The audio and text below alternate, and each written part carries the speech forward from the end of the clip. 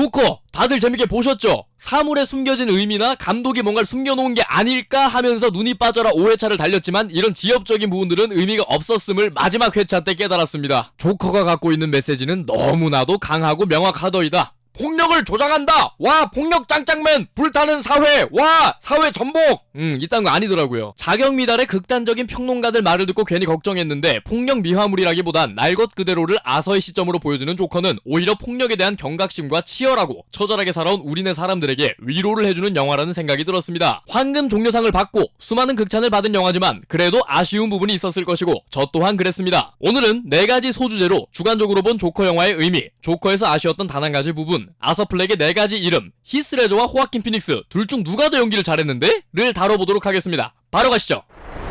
조커의 기원을 다룬 이번 영화는 우리가 익히 아는 조커라는 캐릭터의 탄생과는 거리가 멉니다. 저는 개인적으로 아서 플렉이란 인물이 조커가 됨으로 인해 또 다른 사람이 조커가 될 수도 있지 않을까라는 생각을 해봤는데 경각심과 동시에 조커의 오리진 영화로서의 가치를 여기에서 찾았습니다. 즉 아서가 조커로 탈바꿈하며 우리가 알고 있는 조커라는 빌런이 탄생했다가 아니라 아서가 조커로 탈바꿈함으로 인해 광대 마스크를 쓰고 있는 폭도들 중 그 누구라도 우리가 알고 있는 조커가 될 수 있는 기폭제가 되었다라는 것이죠. 그러니까 아서의 조커가 우리가 아는 조커의 인큐베이터였다. 충격 공포. 애초에 조커 자체가 행적이 명확하지 않을 뿐더러 배트맨과 마주하게 된다면 아서 플렉은 양로원에서 호박죽이나 먹고 있지 않겠습니까? 혼돈 그 자체인 조커의 탄생 중 파편적인 부분을 다룬 것이며 스스로를 조커라 칭하는 아서의 작지만 강력한 몸짓은 훗날 우리가 보며 끔찍하고 무서움을 느끼는 진짜 악마 새끼를 탄생시키는 데에 큰 일조를 하지 않았을까 싶어요. 그렇기에 큰 줄기는 조커의 오리진 영화라기보단 아서의 비통한 삶을 다루고 있어요. 하지만 또 다른 면으로 봤을 땐 조커의 기원을 충실히 다루고 있다라고 보여졌습니다. 이걸 좀 더 예쁘게 풀어내보자면 폭력의 굴레는 끊어내지 않는 한 영원히 순환된다 라는 메시지로도 볼 수 있겠네요. 폭력에 대한 경각심을 다뤘지만 저에겐 그 경각심에 담긴 뜻은 사회적인 비판이라는 메시지보단 진짜 백이 조커의 탄생의 양분이란 느낌도 받았습니다.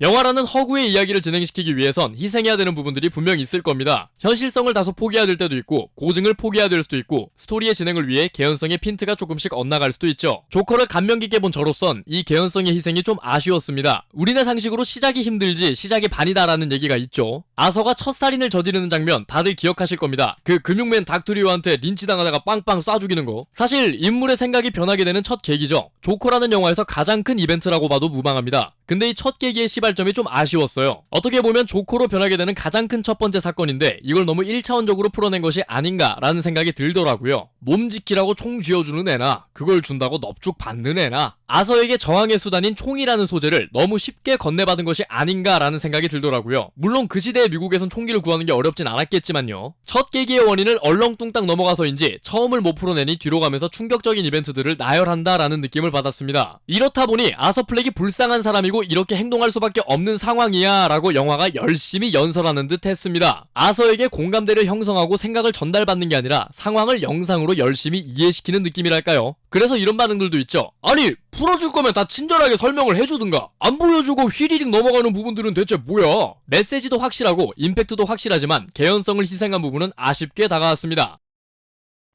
일단 아서 플렉, 정신질환이 있지만 본인의 상황을 주변에 인지시키고 어떻게든 사회의 구성원이 되어보려 애쓰는 소시민입니다. 아버지에 대한 애착이 있고 코미디쇼를 보며 쇼호스트를 자신의 우상으로 생각하는 어찌 보면 우리 주변에 있을 법한 평범한 인물입니다. 머레이를 사랑하는 아서답게 자신에게 돌을 던지고 시련을 주는 사회에 웃음을 전파하는 직업을 꿈으로 갖고 있는데 바로 코미디언입니다. 하지만 아서는 재미가 없어. 웃어라. 온 세상이 너와 함께 웃을 것이다. 울어라. 너 혼자만 울게 될 것이다 라는 올드보이에서 나왔던 엘라 휠러 월콕스의 시 고독의 첫 구절에서도 볼 수 있는 이 말은 슬픔보다 웃음이 더욱 사회적인 감정 표현이라는 걸 나타내죠. 이러한 감정 표현을 이끌어내는 농담은 사회성이 전무한 아서에겐 불가능에 가깝다고 볼 수 있습니다. 그래서 그가 선택한 이름은 카니발입니다. 광대로서의 예명이죠. 길거리에 나서서 아이들 병동에 들어가서 가장 대표적인 의사소통의 사회적 수단인 대화를 배제하고 오로지 몸짓으로 사람들에게 즐거움을 줍니다. 사회성이 부족한 아서가 그나마 사람들에게 미소라도 띠게 할 수 있는 유일한 이름이죠. 그에 걸맞게 아서는 광대일에 대한 애착을 유달리 갖고 있습니다. 하지만 카니발에게 사회는 구타와 폭언을 돌려줄 뿐이었습니다. 이런 사회에서 그가 마지막으로 선택한 이름은 조커입니다. 아서 플렉이 처해 있는 이 코미디스러운 상황, 웃지 말아야 될 상황에서 웃음이 터지는 모습과 마음속 두 명의 아버지에게 버림받은 모습, 살아가는 데 유일한 원동력이자 이유였던 어머니는 아동 학대범에 옆집 사는 여자친구는 망상이었고 그나마 친구라고 부를 수 있는 둘 중 하나는 경찰 진술을 맞추려고 오고 와 나라도 걔 미쳐버릴 것 같아.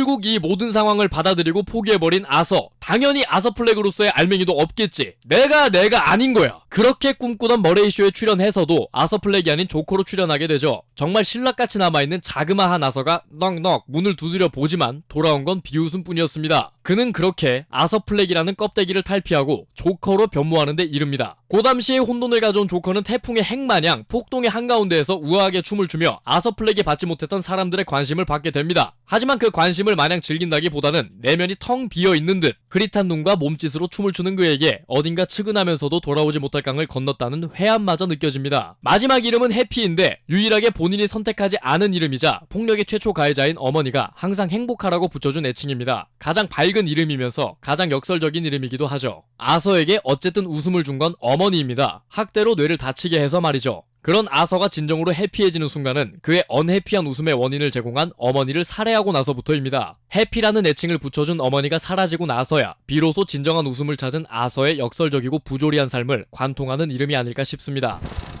어떤 분은 히스레저의 광기가 좋았다. 어떤 분은 호아킨 피닉스의 처절함이 좋았다. 어떤 분은 잘해드렸다. 일단 둘 중 누가 더 잘했다 라고 우위를 나누는 게 무의미합니다. 연기법이 다르거든요. 대신 누가 더 고생했냐를 한번 보도록 할게요. 자 배우님들 우리 고모부 연기 좀 해주세요. 아니 고모부가 뭐하는 사람인데요? 그래 자 우리 고모부 연기를 할 건데 고모부가 방귀를 낄 거고 소파에 앉아서 배를 긁으며 사과를 먹을 거예요. 오케이?